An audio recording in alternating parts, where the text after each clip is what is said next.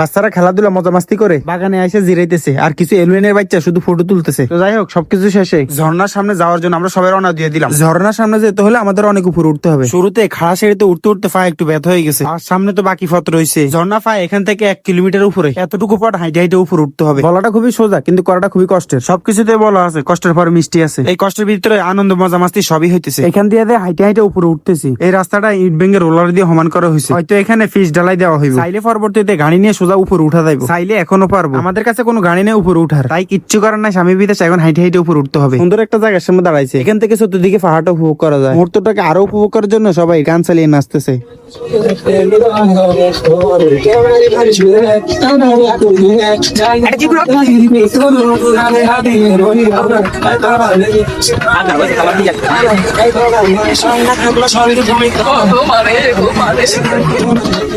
সুপ্ত ধরা মনে হইতেছে ঝর্ণার নাম নিয়ে জানতে পারলাম। ঝর্ণার সামনে যেতে হলে সিঁড়ি দিয়ে 700 মিটার নিচে নামতে হবে। 700 মিটার কথা শুনে হাফাই গেছে, নিচে নামবো এত দূর থেকে আসি ঝর্ণা দেখার জন্য, সেটা 700 মিটার নিচে কি 1400 মিটার নিচে হলে যাই দেখতে হবে। কিচ্ছু করার নাই, স্বামী বিদেশ। মজা করতে করতে সবাই নাচানাচি শুরু করে দিল। নাচটা আপনারা গান সবাই এনজয় করেন।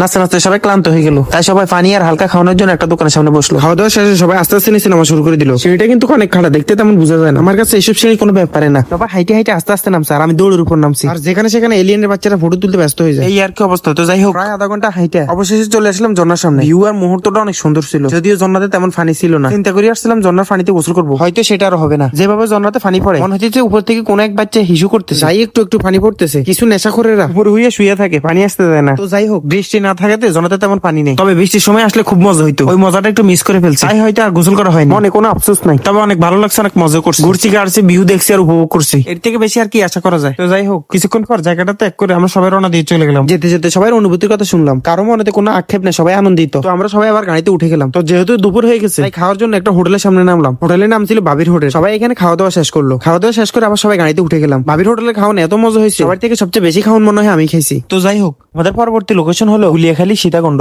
দীর্ঘ 40 মিনিট জার্নি করার পরে চলে আসলাম। গাড়িটা এক সাইডে পার্কিং করে আমরা সবাই নেমে গেলাম। যতবারে আসা হয় ততবারে এখানে ফুটবল খেলা হয়। ফুটবল খেলার জন্য সবাই জামা কাপড় চেঞ্জ করে রেডি হয়ে নিল। যেহেতু দুপুরবেলা অনেক রোদ ছিল, এই রোদ দিতে তো যাওয়া যাবে না, খেলাও যাবে না। তাই রোদ কমার আগ পর্যন্ত একটা ছায়ের দোকানে বসে বসে কিছুক্ষণ আড্ডা দিতে দিতে রোদ কমে যাওয়ার পরে আমরা সবাই রওনা দিয়ে দিলাম গুলিয়াখালী যাওয়ার উদ্দেশ্যে। যেতে যেতে চতুর্দিকে পরিবেশ দেখতেছি, মনোমুগ্ধ করা পরিবেশ। একবারে ভিউটা ছিল অসাধারণ। তবে সামনে তো আরো বাকি। এখানে আমি লাস্ট 2 বছর আগে একবার আসছিলাম, তখনকার সময় দেখতে লাগছে একরকম, এখন দেখতে লাগে আরেক রকম। দুনিয়া সেকেন্ডে বদলায়। 2 বছর পর দেখে অন্যরকম লাগাটাই স্বাভাবিক। যাই হোক, যাইতেছি, হাঁটতেছি, আর চতুর্দিকে দেখতেছি, আর মুহূর্তটা এনজয় করতেছি। আমরা সবাই খালি পায়ে মাটিতে হাঁটতেছি। মাটির মানুষ মাটিতে হাঁটতে ভালো লাগে, যদিও মাটিটা অনেক গরম ছিল। গরমটা যেহেতু কম লাগে, তাই তাড়াতাড়ি ঘাসের উপরে চলে গেছি। তো যাই হোক, আমরা ফুটবল খেলার জন্য সবাই রেডি হয়ে গেছি। আমরা 2 সাইডে 2টা দল ভাগ করে নিছি, আর আমি রেফারি খাড়াইছি। তারপরে টস দিছি কোন দল আগে পাস করবো। তারপর তারা সবাই খেলা শুরু করে দিল। এবার বলতে পারে সবাই খেলতেছে, আমি কেন খেলতেছি না? তার কারণ আমরা ফলাফল আছি 9 জন, ভাগ করলে 4 জন পড়ে, একজন বাদ পড়ে। আর আরেকটা বিষয়, সবাই ফ্যান পড়ছে আর আমি লুঙ্গি পড়ছি। আর আরেকটা বিষয় আসছে, খেলতে গেলে তো রেফারি লাগবে। সবকিছু হিসাব করে তাই আমি রেফারিতে দাঁড়াইছি। যাই হোক, খেলাটা খুব সুন্দর হইতেছে, আর সবাই খেলাটাকে অনেক এনজয় করতেছে। কারণ এত সুন্দর একটা জায়গাতে ফুটবল খেলাটা আসলে অনেক আনন্দের বিষয়। যাই হোক, দীর্ঘ 10 মিনিট খেলার পরে ভিডিও করার সময় যে আমার ক্যামেরা ধরছিল, সেও এই খেলায় যোগ দিব তার মত আছে। তাই আমরা 2 জন 2 দিকে চলে গেছি। সে আবার এখানকার স্থানীয়, তার খেলার স্কেলটা খুবই ভালো ছিল। আমি আবার দুর্বল প্লেয়ার, খেলা তেমন খেলিও না, তেমন পারিও না। আরেকটা বিষয়, খেলায় বাজিয়েছিল 2 লিটার 7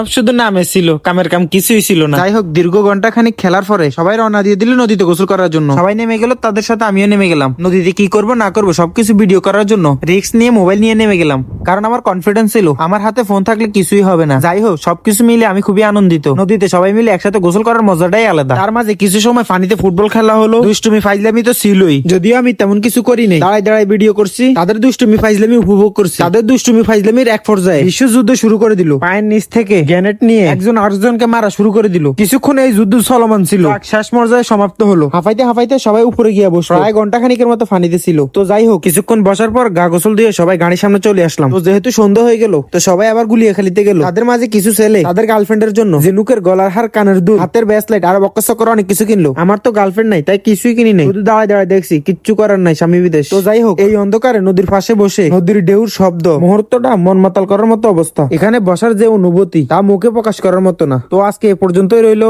এই ছিল আমাদের 24 ঘন্টার ট্যুর। দেখা হচ্ছে পরবর্তীতে অন্য কোনো সময় অন্য কোনো ভিডিওতে। আল্লাহ হাফেজ।